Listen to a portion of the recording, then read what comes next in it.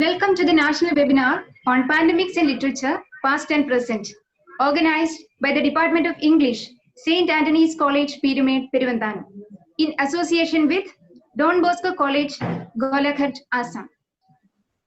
Before we start the program, let me explain how you can talk to us during the webinar. If you have any questions during the presentation, please type them in the question box. I will bring them up during the presentation. E-certificates will be issued for the participants and the link will be provided. Now, let's start the program. I welcome Reverend Dr. Antony Nergal, the educational visionary and the director of St. Antony's College, Pyramid, for the welcome speech. Father, please.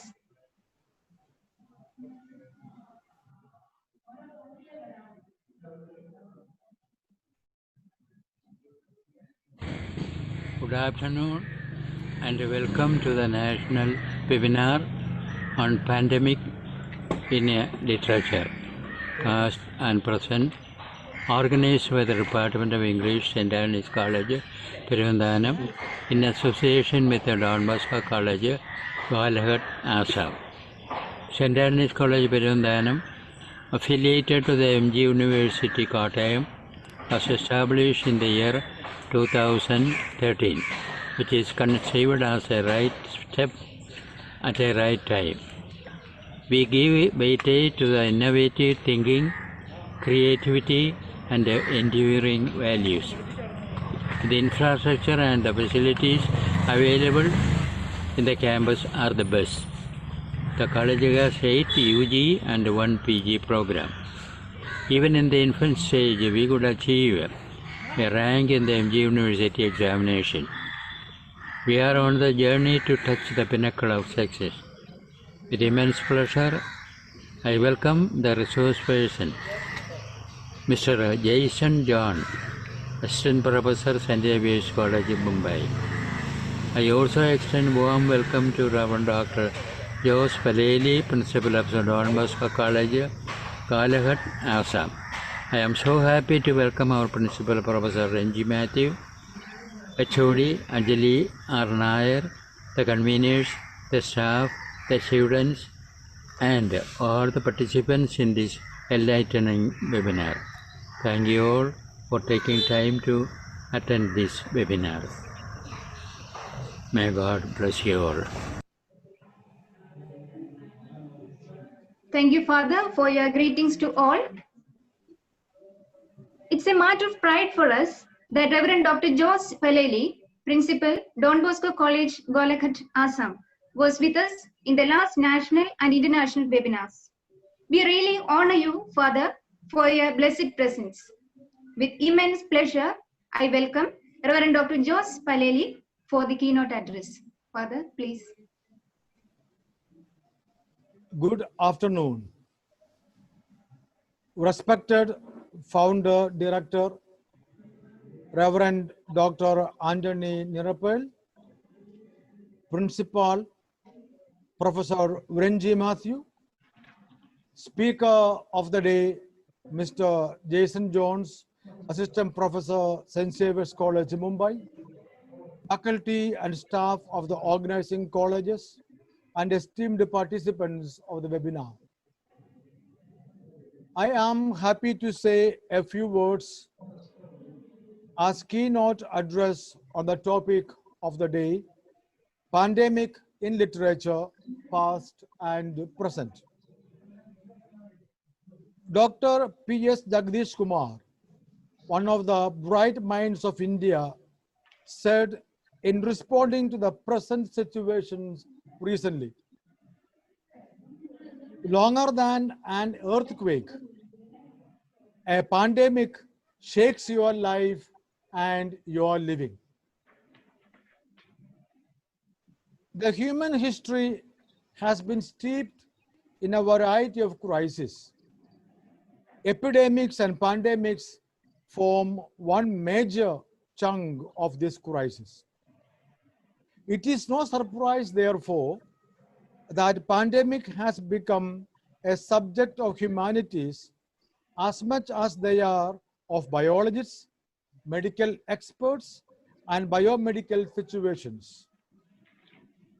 People often think that humanities and critical thinking have nothing to offer in a time of crisis.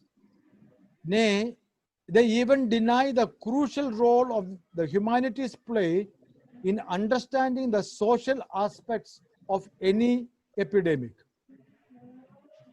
Along with novelists, learned personalities, linguists, philosophers like Giorgio Agamben, Judith Butler, Noam Chomsky, Jean-Luc Nancy, and Slavoj Žižek have also been commenting on COVID-related matters, proving the fact that humanities crucially supplement the biomedical paradigm in reading disease. In this reading of disease, in the scrutiny of societies in the grip of and recovering from pandemics, show how vulnerable populations, ecosystems, vectors, and pathogens have represented the human sufferings since ancient times, whose sufferings are given priority, how deaths of different people from different social, ethnic, and racial backgrounds are presented, and so on. Hence, a study of literature in the context of the present pandemic will elucidate and bring to focus how the humanities survived with much less amenities in comparison with the present, and could shed light into the understanding of present. I would like to conclude by saying with Ali Kondi, the author of young adult and middle grade fiction, that there have been plagues all through history, and that won't end with this present one. Thank you and God bless. Father Dr. George Paleli, Principal, Don Bosco College, Golaghat.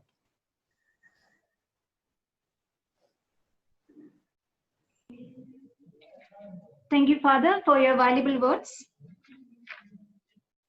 Next, I would like to call upon Ms. Anjali R. Nair, Head of the Department of English, to introduce the session and to introduce our resource person, Mr. Jason Jones, Assistant Professor, St. Xavier's College, Mumbai.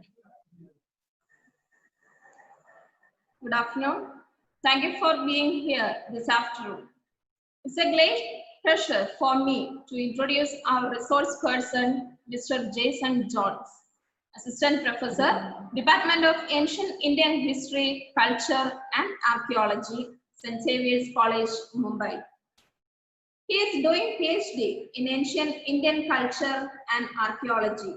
He is the Honorary Secretary and member of Executive Committee, Museum of Society of Mumbai, and he has several research papers and publications, such as a paper titled Mary as Depicted in Christian Window Art, presented at Indian Art History Congress, St. Xavier's College, Mumbai. Then presented a paper titled Elephants in Christianity at the International Conference on Asian Elephants in Nature and Culture, University of Kelaniya, Sri Lanka.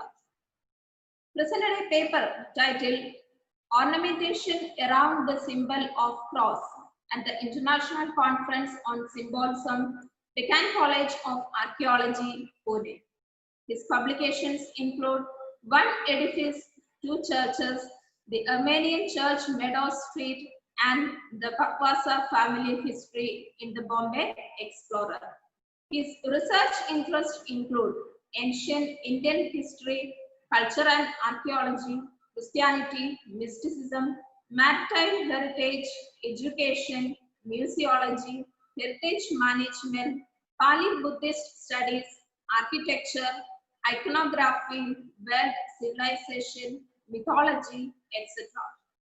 Today, he will be sharing with us his expert opinion on pandemics in literature, past and present. It's a case study of pandemics in ancient literature and its application in today's world. I consider it a great honor to welcome Ms. Jason Jones. Sir, please. Thank you so much for this introduction. Am I audible? Thank you so much. It's a very big honor, and I'm very grateful to the director, principal, and HOD of the St. Antony's College, as well as the principal and director of St. Don Bosco's College, Assam, for this invite. Firstly and foremost, respected dignitaries, panelists, and guests who are attending this lecture. The COVID scenario has tremendous implications on life. Many of us are in lockdown, and the following lecture will be my few thoughts of pulling through ancient literature, some dating from around 5,000 years before, coming right down to present. Give me 5 seconds to share my screen.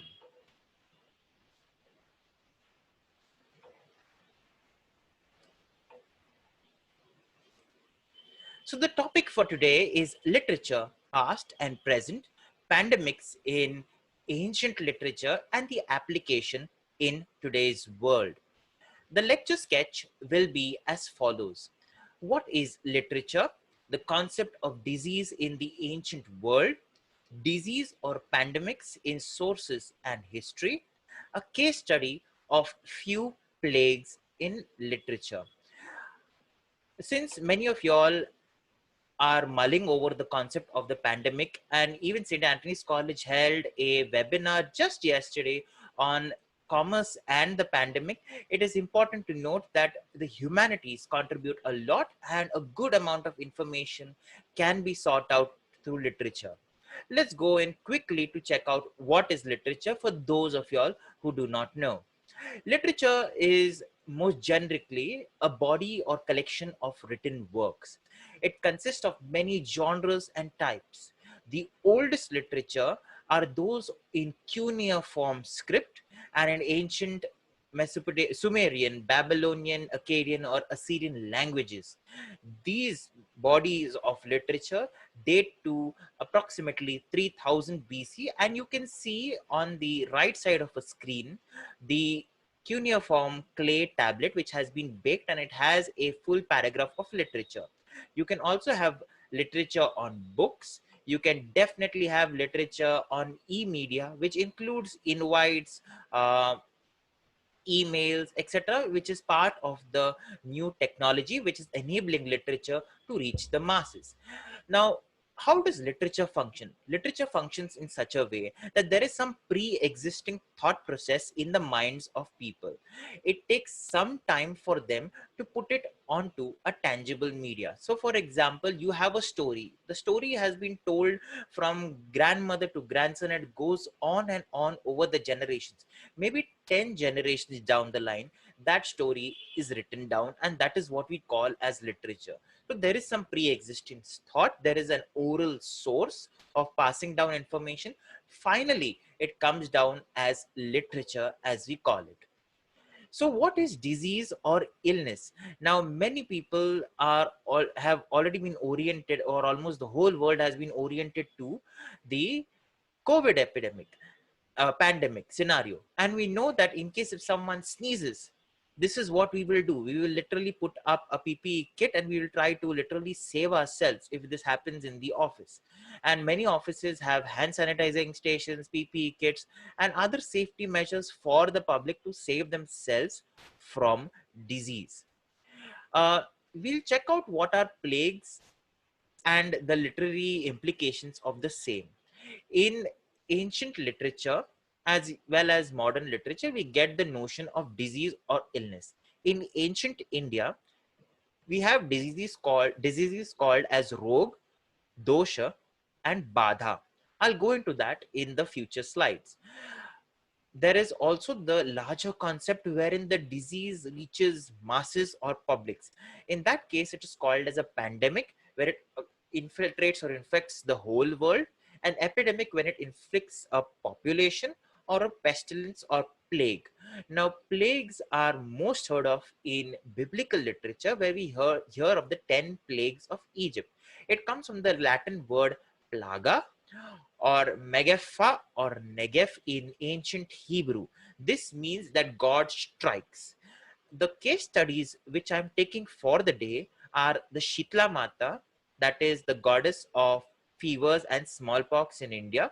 Along with this, I'll be taking other international case studies like Apollo, Nergal from modern day Iraq, that is Mesopotamia of the ancient world, the 10 plagues of Egypt, which are present in the Bible, Shakespeare's work, and of course, Buddha in his Suttas. This is all be done through literature. We'll examine them as we go along quickly.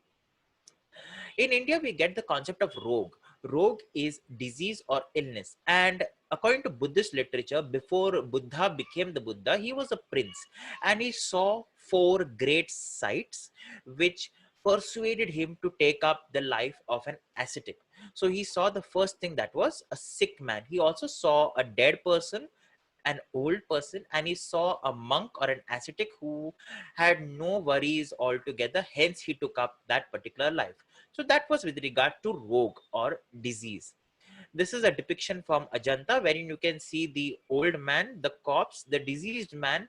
Unfortunately, has been broken down, but yes, that would have been carved at this point. The next is dosh. Dosh is something like an impediment. Many of you all must have done something like a Griya Dosha Shanti, or sanctifying your home from the dosh or impediment which is caused by the Griha Nakshatra. This happens in Indian culture. We do respect these traditions, and we have the Griha Dosha Shanti pujas to calm the house. The next is affliction. Now, many of you all must have watched the movie called as Bhul Bhulaiya, or the other equivalents to it. And we see that the lady, in this case, in the Bhul Bhulaiya movie, that was Vidya Balan, her name was Radha. And the statement goes as such that Radha ko bada hui thi Manjulika ki. Radha was impeded or afflicted by Manjulika, who was the spirit which was possessing her. So that can be also demonic possession or psychological illness. It is part of Bhuta Vidya. Bhuta Vidya is a branch of Ayurveda, again a literary corpus, which I will talk about a bit later. So this, we have examined the types of disease that were spoken of, at least in the ancient Indian world. Uh, let us examine what the Ayurvedic literature talks about illness. All of these texts are dated to the first millennium BC to the first millennium CE till their final form. Some of them include Charaka Samhita and Sushruta Samhita, which I have taken over here. I mentioned the quotations and the words. Let's take them one by one. The first is Angan tu Jwar. Okay, Jwar meaning fever. So that means it is a bodily fever which is affecting you. And we definitely know that even the symptoms of coronavirus is a heavy bodily fever. The next is Bhuta Bhishanga. Bhuta Bhishanga can be translated as invisible illness. And we know, of course, that viruses are very, very small. They can't be seen and they afflict people. It can, Bhuta Bhishanga would also translate as part of Bhuta Vidya, which includes both psychological problems, mental health issues, as well as invisible illness. It was clubbed together as one as part of Ayurveda. Later on, it got separated as we modernized our outlook.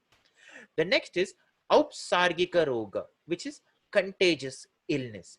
Now, when you're talking about contagious illness, even today, we are using sanitizers, we are using disinfectant spray, we are washing our hands, covering our mouths. Why? Because disease like COVID and even the disease which existed in the ancient world, some of them were contagious, and they had to be, people had to be protected from these diseases. Hence, they were warned. The last and the most dangerous, which I am going to be talking about, is a Janapada Audvansaniya. That is the destroyer of the Janpad. Janpad basically translates as Jana is people, Pada is land. That means the people and the land together, the country. There are four main reasons how the epidemic can afflict the people: by dushita or impure air, and even the COVID scenario spreads via the, it's an airborne disease, like we know. There are diseases which spread through water, jal, kala, depends on the time, desha or region. Now there are other modes or reasons for spreading of disease which were not included at that point of time, but are included now. Going ahead, in India, usually, as well as the world, diseases are associated with deities, and we have religious literature coming together in rescue and giving a full story to the disease concept. In India, we have Dhumavanti, Shitala, Jwarasur, Mariamman, Mansa. All of these are related to some sort of illness, disease, affliction, pandemic scenario, epidemic scenario. They were prayed to, and the disease was sort of cured, but there was also some sort of science operating behind it. Let's go to the first example, the Shitla Devi. Shitla Devi directly translates as the cool goddess. Shital is cool. She is basically a form of Katyayani Devi.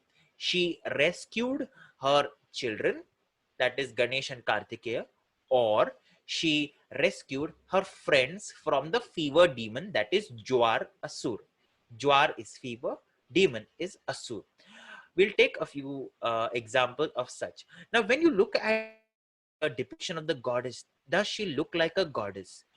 No. She has a broom in one hand. She has a pestle which you grind your masala with. She has a winnowing fan in which you keep your rice and you purify your rice. She also has a pot in her hand, and she sits on a donkey. Let us examine how this goddess came about. In the commentary on verse 50 of Saundari Lahari, which is a literary work dated to 6th century AD, Vandeham Shitalam Devi Rasabhyam Digambaram Marjane Kalashopitam Shurpal Alankrit Mastakam.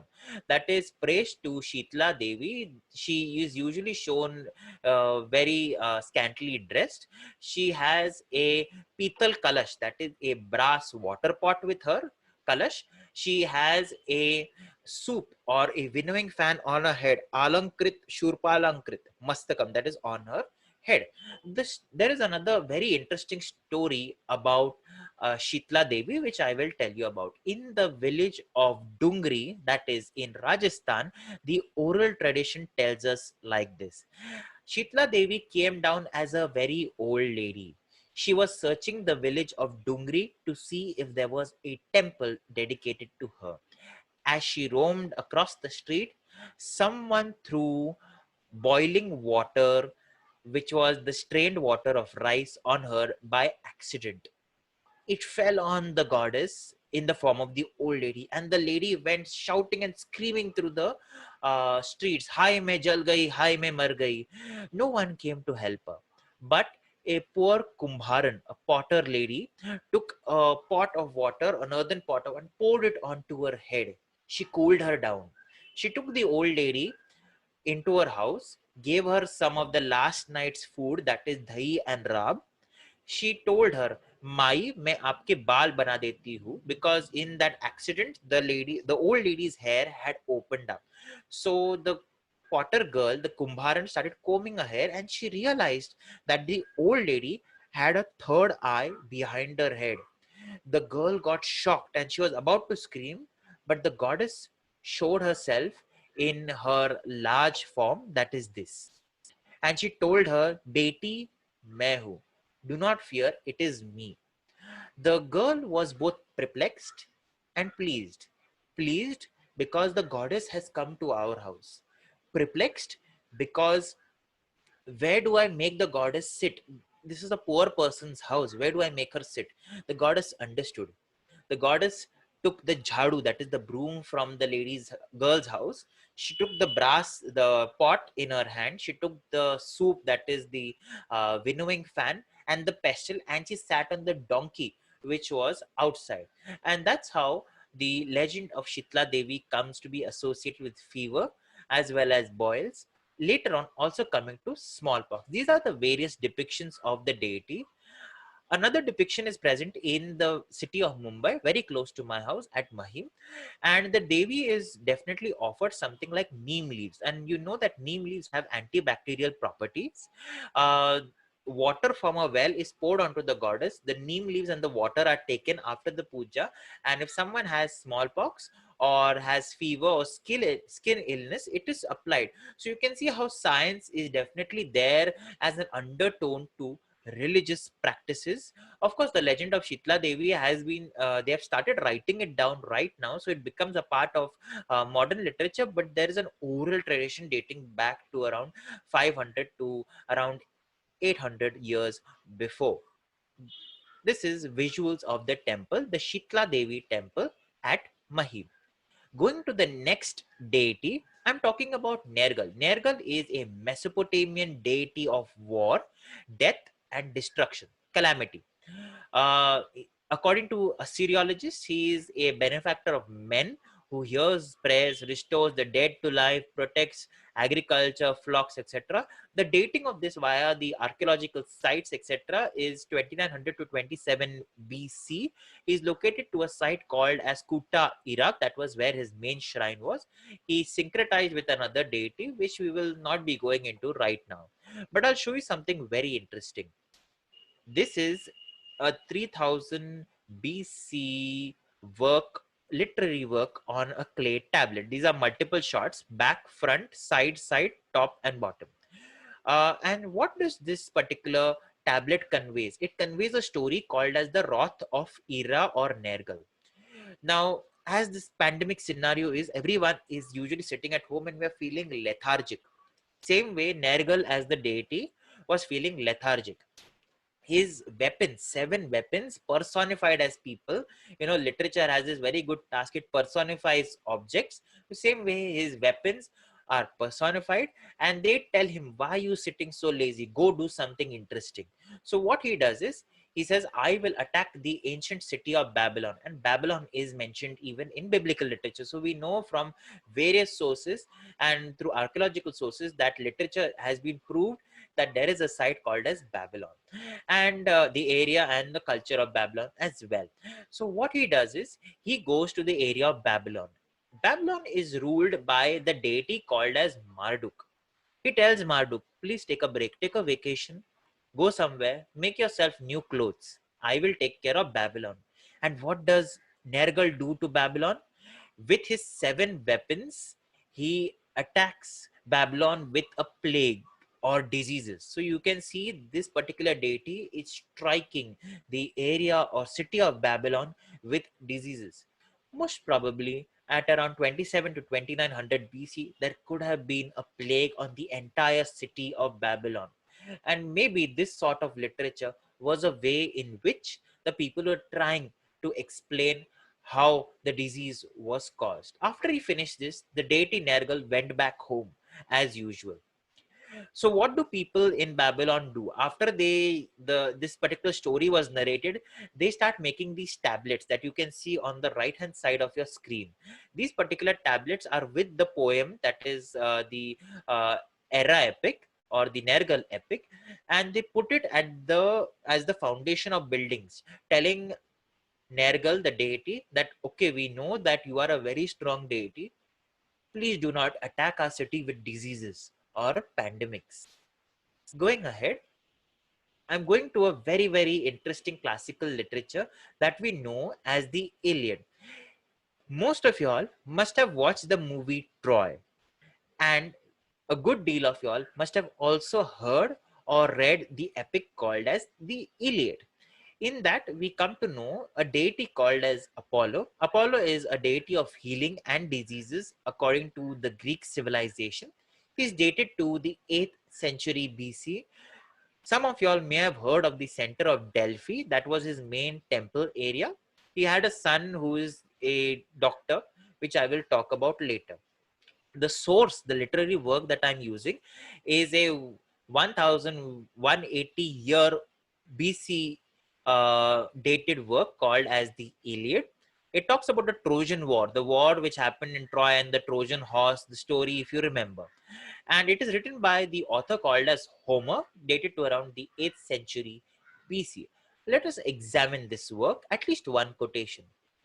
This is the depiction of Asclepius, which is Apollo's son, and you can see the medical symbol. Many doctors have this on their cars or on their visiting cards, etc. So this is the actual symbol for doctors. This is the commercial symbol, which is sometimes misinterpreted. This is the Iliad, chapter 1, going through few of the verses. What happens in the Trojan War is as such. The area of Troy is at war with the other groups. The other groups are led by a person called as King Agamemnon. Now, Agamemnon, as part of war, you know that everything is fair in love and war. Okay, so Agamemnon with his forces capture a girl. This girl is the daughter of Chryses. Chryses is the high priest of Apollo. Okay, so what happens is in these verses, it is said that thus did he pray. That is, Chryses, the high priest, prays to Apollo, and Apollo hears his prayer. What is his prayer? Please free my daughter and attack those who have imprisoned her.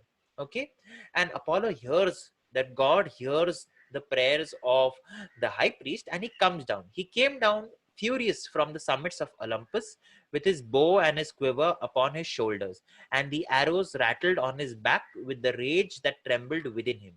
He sat himself down away from the ship. Agamemnon and his armies were on ships,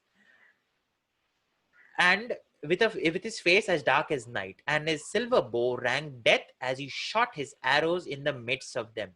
First he smote the mules and their hounds, but presently he aimed his shafts at people themselves, and all day long the pyres of the dead were burning. For 9 whole days he shot his arrows amongst the people.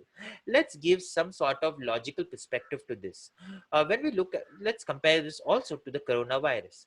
The coronavirus has supposedly been spread via an animal host to human beings. That is what we call as the process. In science, it's called as zoonosis. Okay, the animal is the carrier. It could be a pangolin, it could be a bat. And you can see over here very, very clearly, okay, that literature is telling us that first this is a 1180 BC dated literature incident which they're talking about, and it's clearly telling us that first the disease spread or something happened to the mules and the hounds, that is the carrier animals and the pets of the people. Then it spread to human beings. The literature, though it can be dismissed as a myth, though it can be dismissed as a story, is giving us a very, very important clue of zoonosis, a concept that uh, the disease is spreading from the animals to the people, and they were burning the pyre or cremating the people in order to maintain hygiene. This happened for around 9 days. You know, the disposal of the dead, specifically in a pandemic scenario, is very, very important, and it is precarious also, because what happens is that you have heard of the various stories that people are not offered burials. You have to go in small numbers so that the disease does not spread to you, or you have to either cremate with safety or bury with safety so that disease does not spread. And for 9 whole days they were burning the dead. So you can imagine they're talking even about the disposal of the dead. Similar situation is happening today, and we most probably ignored that scientific facts are there in literary works which are usually dismissed as stories. These are paintings depicting Apollo shooting his arrows to the animals. You can see the animals are dead, and then it spreads to the human beings. Very, very clear case of zoonosis. Going ahead, a very, very hot topic amongst historians, archaeologists, etc., are the plagues of Egypt. The plagues of Egypt were 10 in number. They are mentioned in Exodus chapter 7 to 10.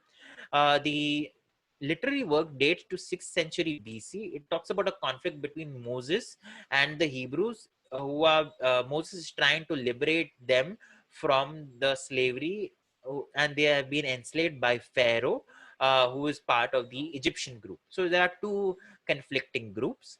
The literary and the archaeological evidences conflict with each other because the name of the pharaoh is problematic. There is no evidence, archaeological evidence, for this pharaoh doing whatever he is said to have done in the plagues.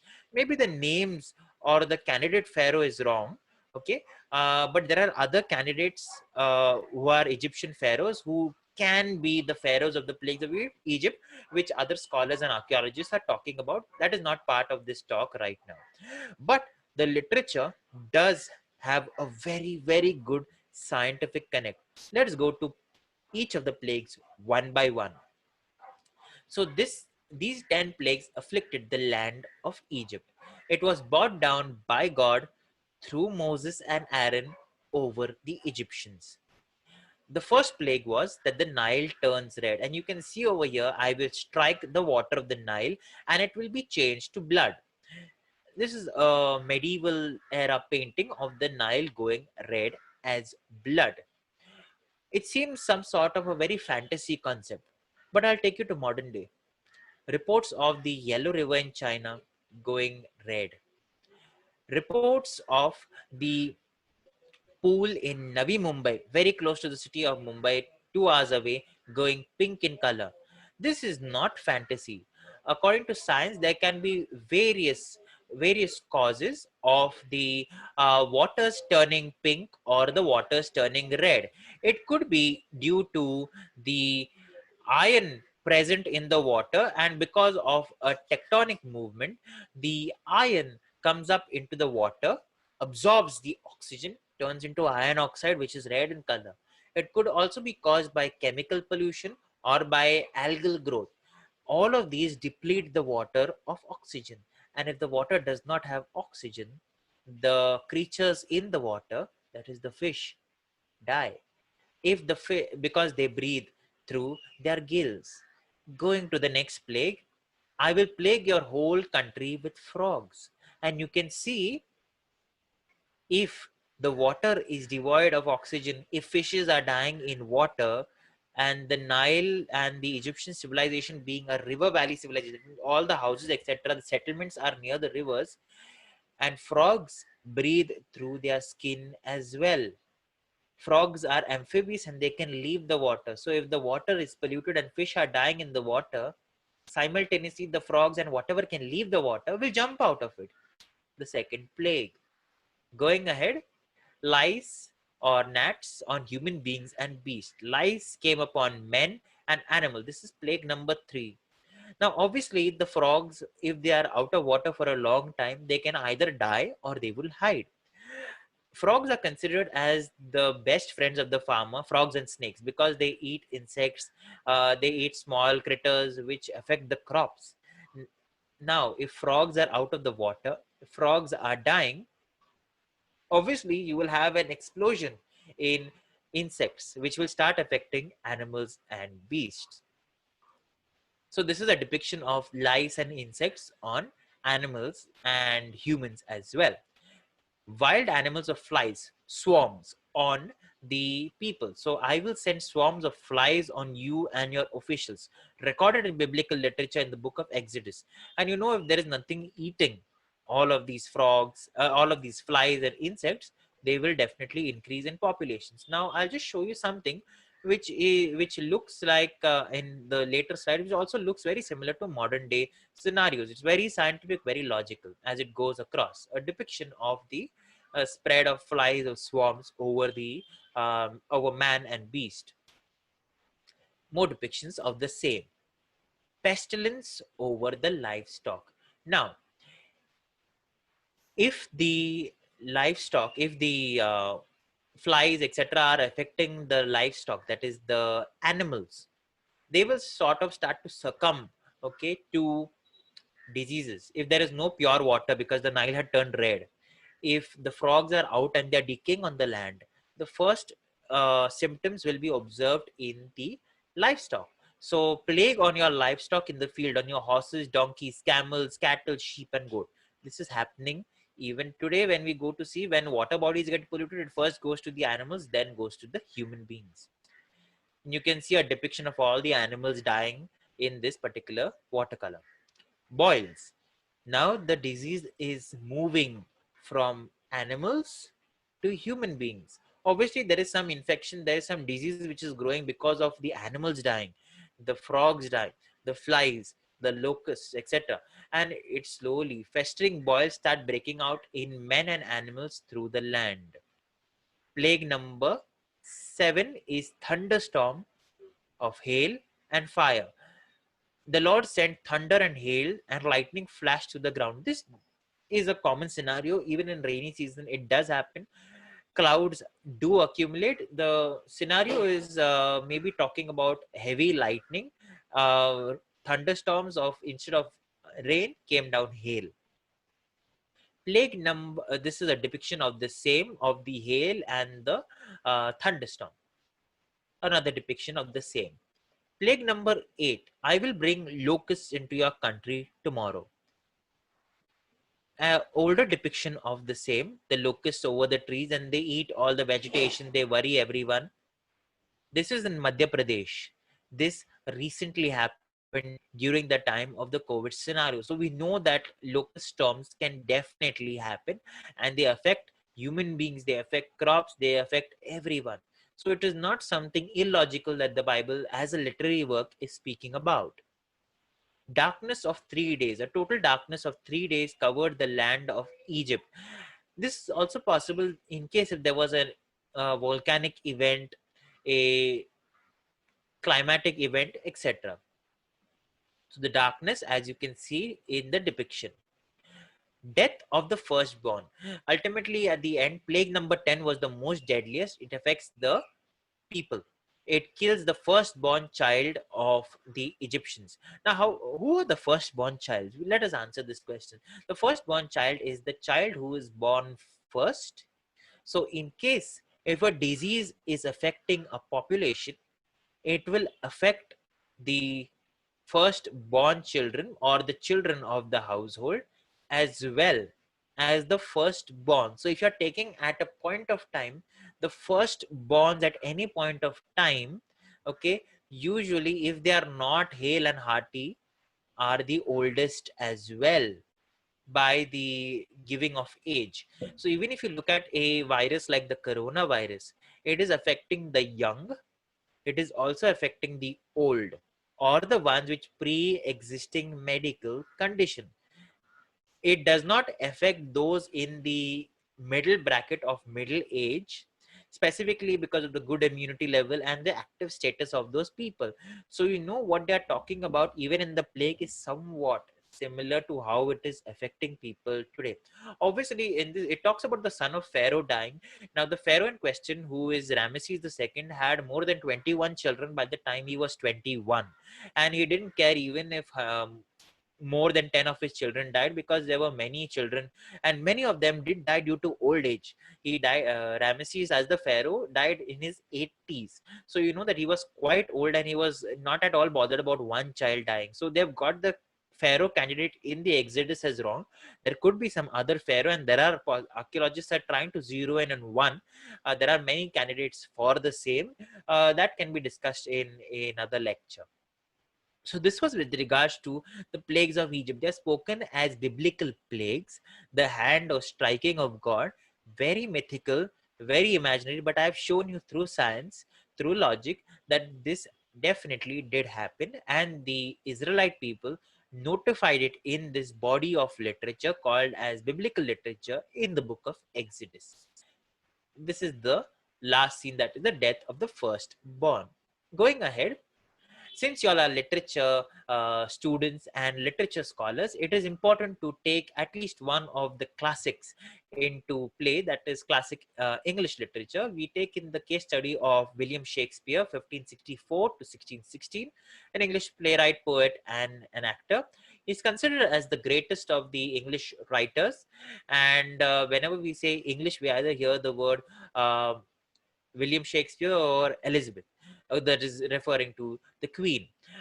He has multiple works to his honor, and I'm taking the literary work, that quotations from Romeo and Juliet. Romeo belonged to the family of the Montague, and Juliet belonged to the Capulet family.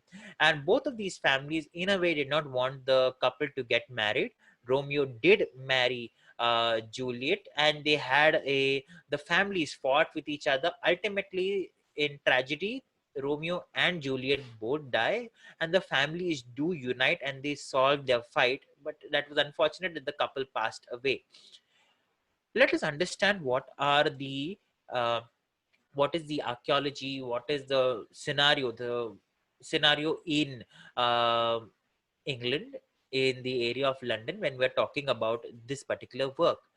In 1563, 1592, 1603, and 1609, we have definite evidences of plagues in London.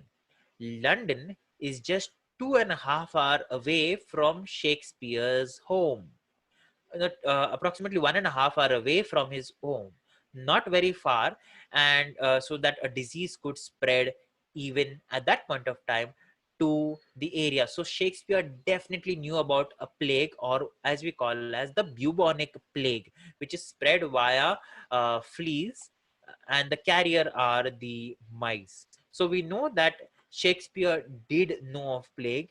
It was happening during his time, and most probably he incorporated that these events, the issue of plague, the issue of illness, into his literary works. This work, because literature and thought process works with contemporary scenario, we take everything together. So now when we're talking about the present scenario, like a COVID, we know that COVID will be treated as a historic landmark, and even literature will talk about COVID, something like a TB outbreak in the last few years.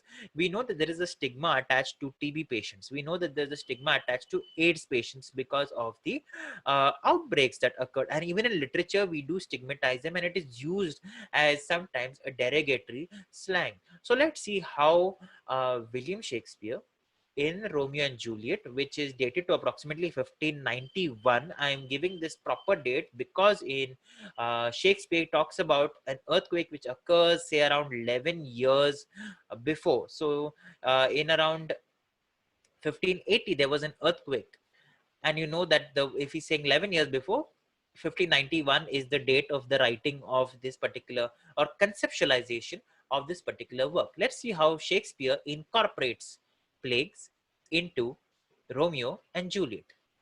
A few of the scenes of the earlier printed works, 1597 of Romeo and Juliet at the balcony, older manuscripts of the same.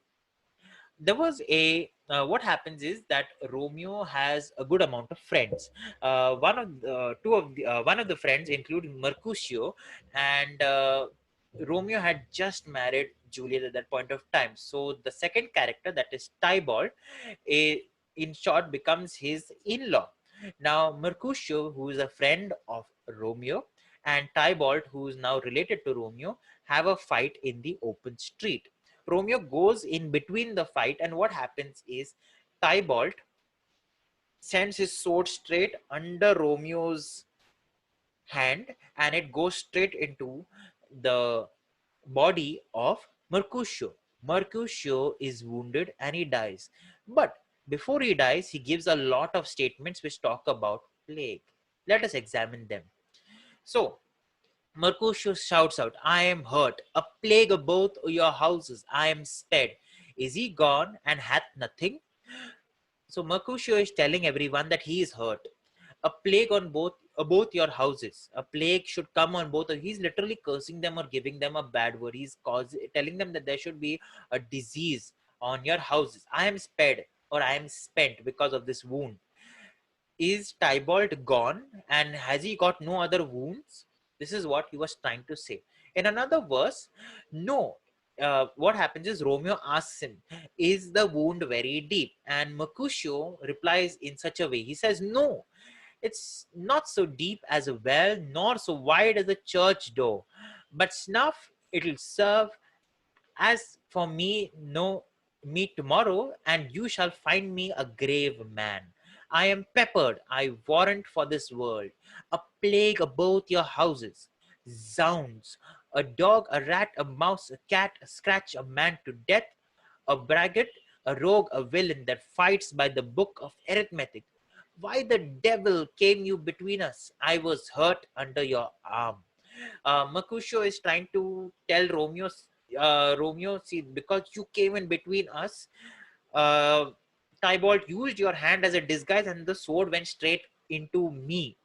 And Romeo asks Mercutio, is the wound big? Mercutio tells him, yes, it is as deep as a well. It is as wide as a, it's not as wide as a church door, but it will serve. Tomorrow you shall see me as a grave man. That means I will be serious or silent, and obviously I will be in the grave. Another verse from the same act, that is act number 3, scene 1, talks about this. Mercutio tells me, help me into some house. That means he wants to be taken to some place safe. Benvolio or I shall faint. A plague of both of your houses. He's still afflicted and he's still cursing. They have made worms meat of me. I have it, and soundly to your houses. They have made worms meat of me, meaning that this person is a Mercutio is about to die, and he will be in the grave where the worms will be eating him. So he's definitely using the pun on words to show his agony as well as his sarcasm, but he's using a very, very important curse. He's calling a plague, basically the London plagues or the bubonic plagues, over people in this particular act. So you can see how Shakespeare has directly involved the current scenario of the plague epidemic in London into his works. Another act, that is from 5, act number 5, scene 2. What happens is Romeo and Juliet are married. They are separated by the families. Juliet takes a sleeping potion and is put into a crypt by the family because the family thinks she is dead. The friar John, he's supposed to go and give this note to Romeo, who is at Mantua, and tell her, come and rescue her in the night, and she will become awake. She's just under a sleeping potion. So Friar John is supposed to go and tell this to Romeo so that Romeo can come and rescue her. So when he's trying to go out, but he's not able to, Friar John comes and tells his other friend, that is Friar Lawrence, going to find a barefoot brother out, one of our order, to associate me. He was trying to find another friar who could go with him by foot to give this particular message. Here in this city, visiting the sick and finding him, the searchers of the town, suspecting that we both were in a house where the infectious pestilence did reign, sealed up the doors and would not let us forth. So that my speed to Mantua was stayed. So you know that Friar John tried to go to Mantua. He was not able to go to Mantua. He was locked up in a place because the authorities, the searchers came. They knew that the area was afflicted by plague, and this is what they used to do in London. They would seal up the locality, board up the windows and doors, and not let anyone out if the area, the village, the city was afflicted by plague. And this is very similar to the conditions that we see today. So the searchers, in this case the doctors, come and they have a look at you. If you're showing symptoms, the police lock up the full locality and it is sealed. So similar, very similar scenario is being played out in the literary work of Shakespeare, that is Romeo and Juliet, and it is similar to today's COVID scenario. Now I'll take the last case study for the day, that is the Buddha and two Suttas. Now, who is the Buddha archaeology? Archaeologically speaking, the relics of the Buddha, that is ashes and bones, have been found. They have been found in contexts of monuments called as stupas or other monuments. These monuments have been dated via the pottery and other remains to around 6th century BC, which probably puts us to the date as the literary evidences. I am taking two suttas for reference. One is the Ratana Sutta, the jewel discourse, which is present in the Khudak Nikaya Sutta Pitak, and the Mangala Sutta, the highest discourse or blessings, in the Khudak Nikaya Sutta Pitak. Now, both of these are in Pali, that is the language of the Buddha. It's an ancient Indian language. I'm going to use translations of the same and little bit into Pali so that you'll get the original feel in this particular lecture. Both of these literary works talk about how the Buddha, his Dhamma and the Sangha, that is the three Ratnas, are very important, and how to live a good life. So, the Mangala Sutta is something like the Beatitudes that we have in Christianity. So let us go through each of these suttas one by one. In the Ratana Sutta, Evami Suttang Ekang Samayang Bhagava Rajagriha Virati. The Buddha was at one point of time staying at Rajgriha. Rajgriha is in modern day Bihar. So when he heard over there that Vaishali Nagari, okay, the city of Vaishali was inflicted by a pestilence. Because of the pestilence, people started dying, and specifically the poor people started dying. And as the people died, okay, there was the city started getting empty. The city, which was once booming with population, started becoming reduced to nothing. The Buddha, then taking pity on the city of Vaishali, moved towards the city of Vaishali to hear the cries of the people. When he reached the boundaries of Vaishali, it rained. As it rained, all the dead corpses and the wastes which accumulated in the city of Vaishali were washed away. Something like a sanitization drive of the city. Over there, the Buddha sat at the boundaries and delivered the Ratana Sutta, that is the Sutta of highest blessings of the Buddha, the Dhamma, and the Sangha. He then told his favorite disciple Ananda to take water from his begging bowl and throw it upon the land. When he put the water over the land, the ghosts, the demons, and the pestilence were exorcised of that land. And the Buddha established himself in that place, gave the Ratana Sutta once again, and the city of Vaishali prospered. So this is and the city of, this is the commemorative stupa at the city of Vaishali 1. This is the original stupa where the relics of Buddha were kept. This is stupa number 2, and they are both dated to 6th century BC via archaeological remains, and definitely the literature talks, the Ratana Sutta is definitely talking about a pandemic scenario which occurred, which almost killed the city of Vaishali away. Going to the next sutta, that is the Mangala Sutta. I'm applying this Mangala Sutta of how to take COVID scenario in a very holistic way. Just as we have the Beatitudes in Christianity, we have the Mangala Sutta in Buddhism, which can be used for holistic living. Let's look at it one by one, verse by verse. So the first, I'll go through all the verses. The first verse is, many deities and men yearning after good have pondered upon the blessing. Pray tell me the greatest blessing. They are asking the Buddha, how do we live a good life? How do we live a blessed life? Bahudeva Manusaccha Mangalani Achintayum Akankamana Sotanang Bruhi Mangalam Uttamam. This is in original Pali. Going ahead, this is one of my favorite verses, and I dedicate it to my teachers as well. In original Pali, it goes as such. Asevanacha balanangcha panditanangcha sevana puja cha pujaneyanang etang mangalam uttamam. Do not associate with the foolish, but associate yourself with the wise, and to honor those who are worth honoring. This is the great blessing. Basically, you adhere to instructions of the wise people. Students, you should listen to the instructions of your teachers, of your principals. They are also trying to handle this scenario. They are also in a moment of conflict. Citizens have to listen to either their local governments, the doctors, the state, the central government, and the rules and regulations which are put into place. What are the rules and regulations which are put into place? Greet people with a wave or namaste, avoid handshakes, avoid touching your face, eyes, nose, mouth, etc. Avoid public gatherings, maintain at least 1 meter distance between yourself who is coughing or sneezing, wear a mask. So all of these instructions are put into place in order to avoid yourself from catching this particular deadly virus. This is how I interpret the first verse. In Buddhism, you also have the blue Buddha, Vaishacya Guru, that is the medicinal Buddha.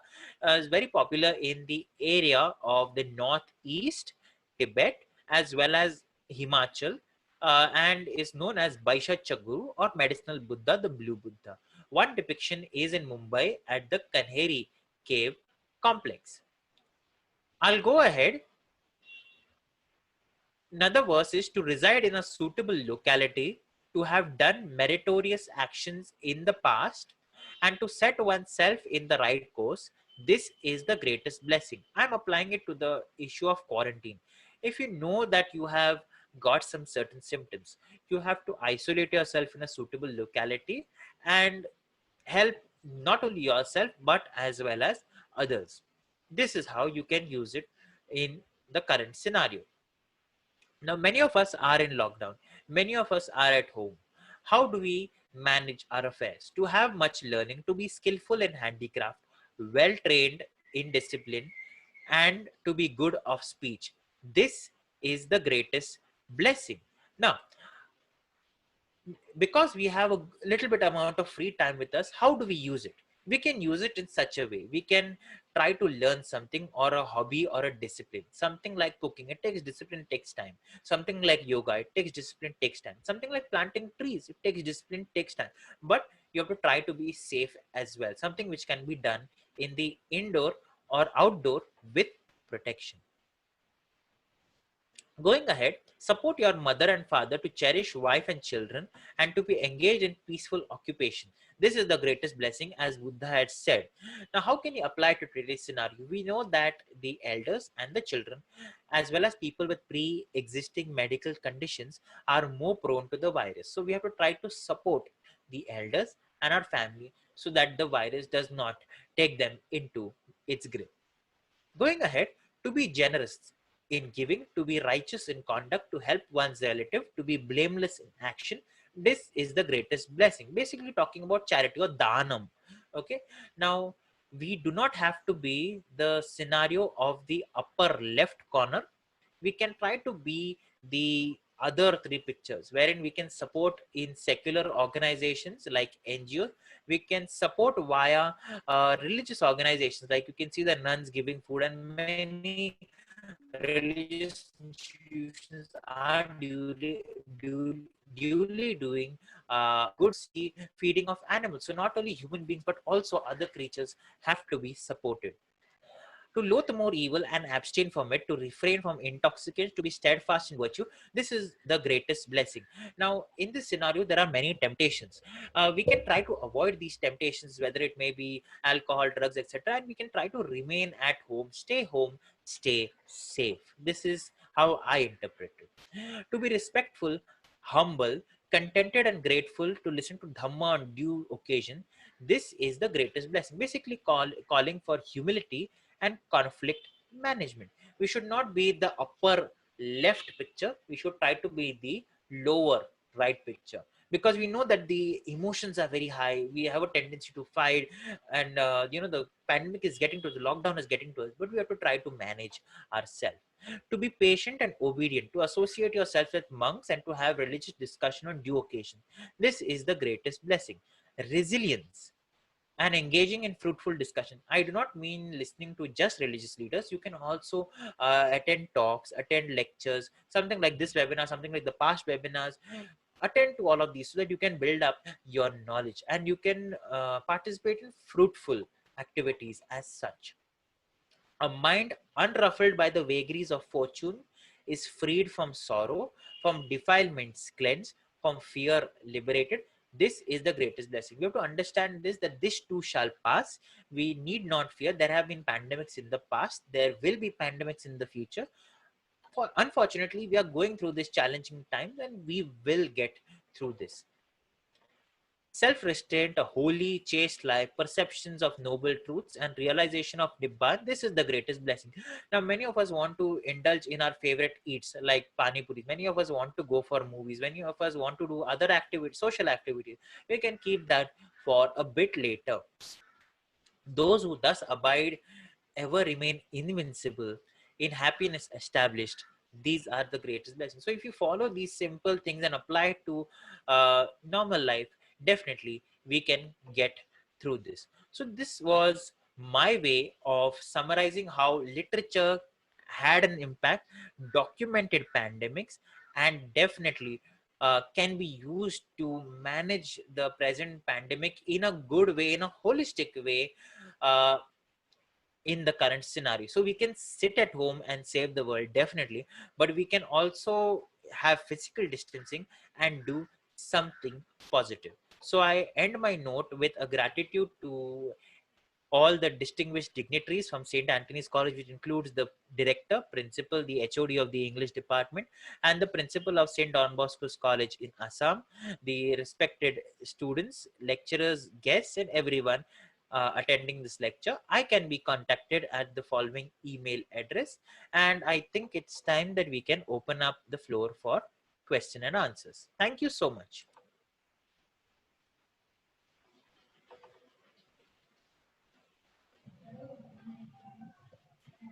Thank you, sir, for your excellent presentation.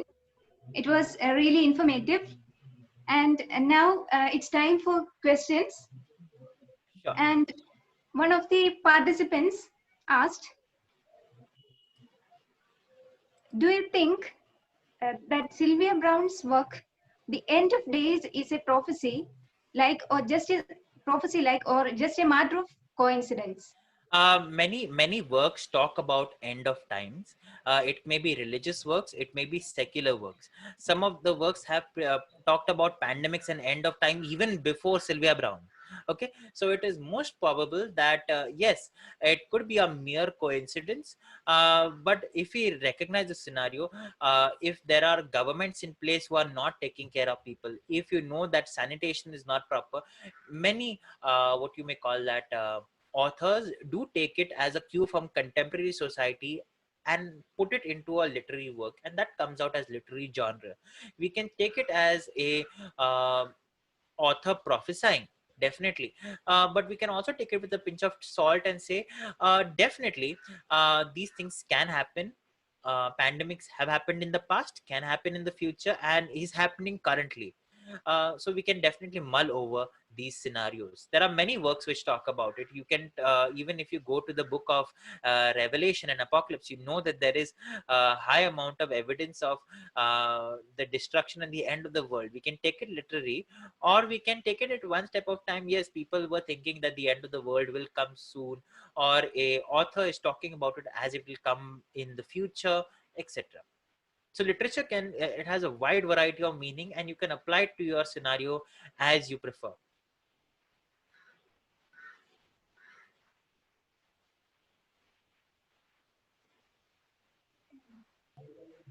Okay, thank you, sir. It was really interesting and it was really informative. The questions are over. Thank you. Okay, Thank you so so much. Thank you. Yeah. Thank you, sir. So now it's time to express words of gratitude. I request Professor Renji Matthew, Principal, St. Antony's College, Pyramid, to convey vote of thanks. Sir, please. Am I audible? Can you hear me? Yes, yes. First of all, I excuse for not having good internet connection here in our college office. So, I hope you are listening. Most respected Father Antony Nergal, our director, founder of the college. Father Jose Paleri, principal of Don Bosco College, Golaghat, Assam. Professor Jason Jones of St. Xavier's College, Mumbai. My dear colleagues in the Department of English and other departments.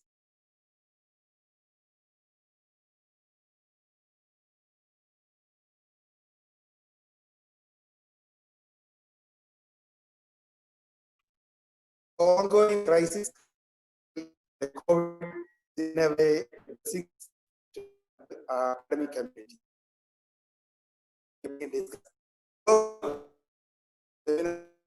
Is being organized extensively and conveniently easily. And this program is in fact a condition of the seminar directed yesterday by the Department of Health on COVID and World and the pandemic has multidimensional implications. The qualities, talents of people is artistic or literary began particularly through social media platforms. People are not in their own comfort zones, are in search of some means to exhibit their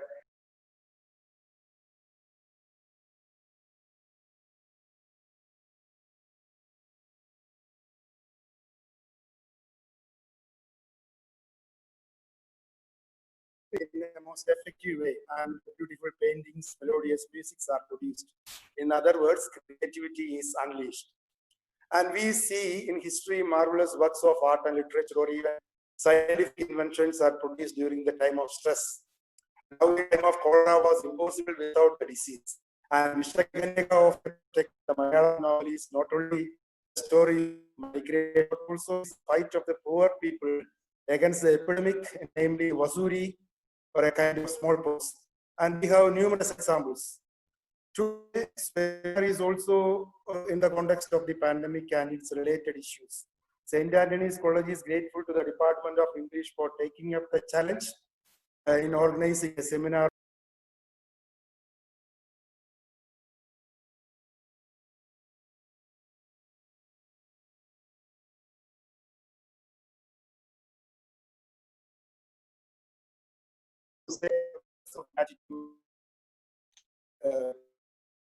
I'm speaking, this is the of studies of thanks and for director of our college, every member of our college supports all the academic initiatives of the college. This seminar is also the result of his special interest. He finds time to listen to the talks. Father, St. Antony's College, Peruvanthanam, is thankful for your timely welcome speech and welcoming the guests and participants of this seminar. This is the third time in a row that I'm thanking for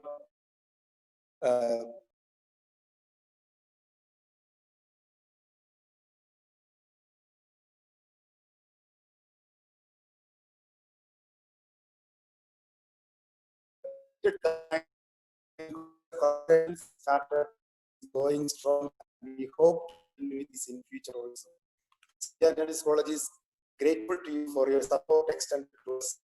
We thank you also for the felicitation, not actually felicitation, but the keynote address in which you exhibited your much in the topic listed above. We have just listened to the illuminating lecture of pandemics and literature. Truly speaking, I and many of you might not have thought about such a thing before. It is our esteemed speaker, Professor Jason Jones, suggested the topic to us.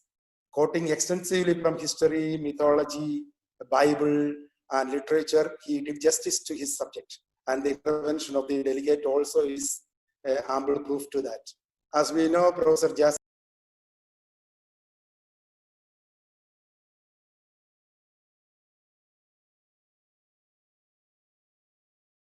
he himself is a Severian.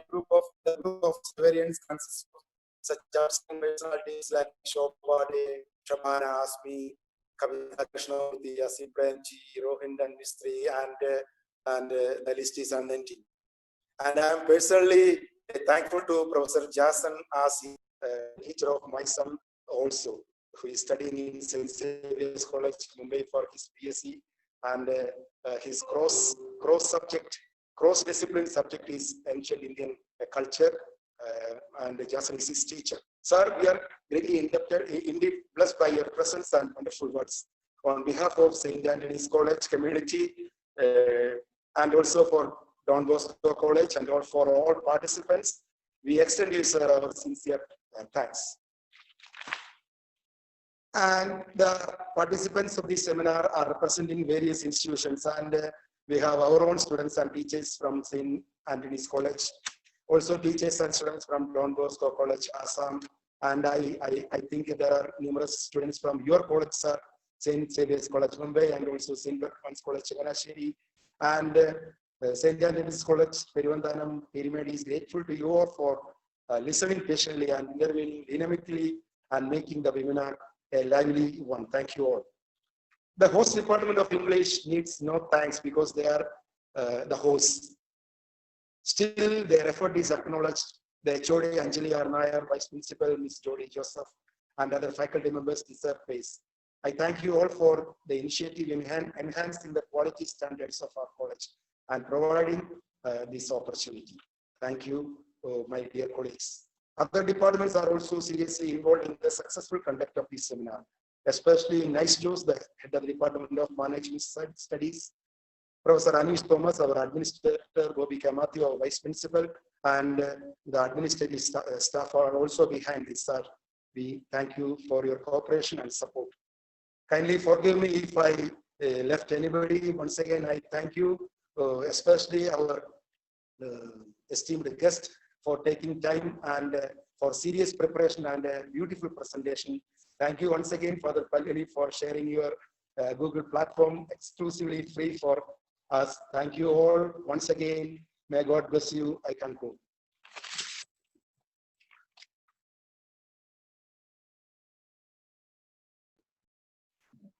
Thank you, sir. Once again, thank you all for joining us today and sparing your valuable time with us.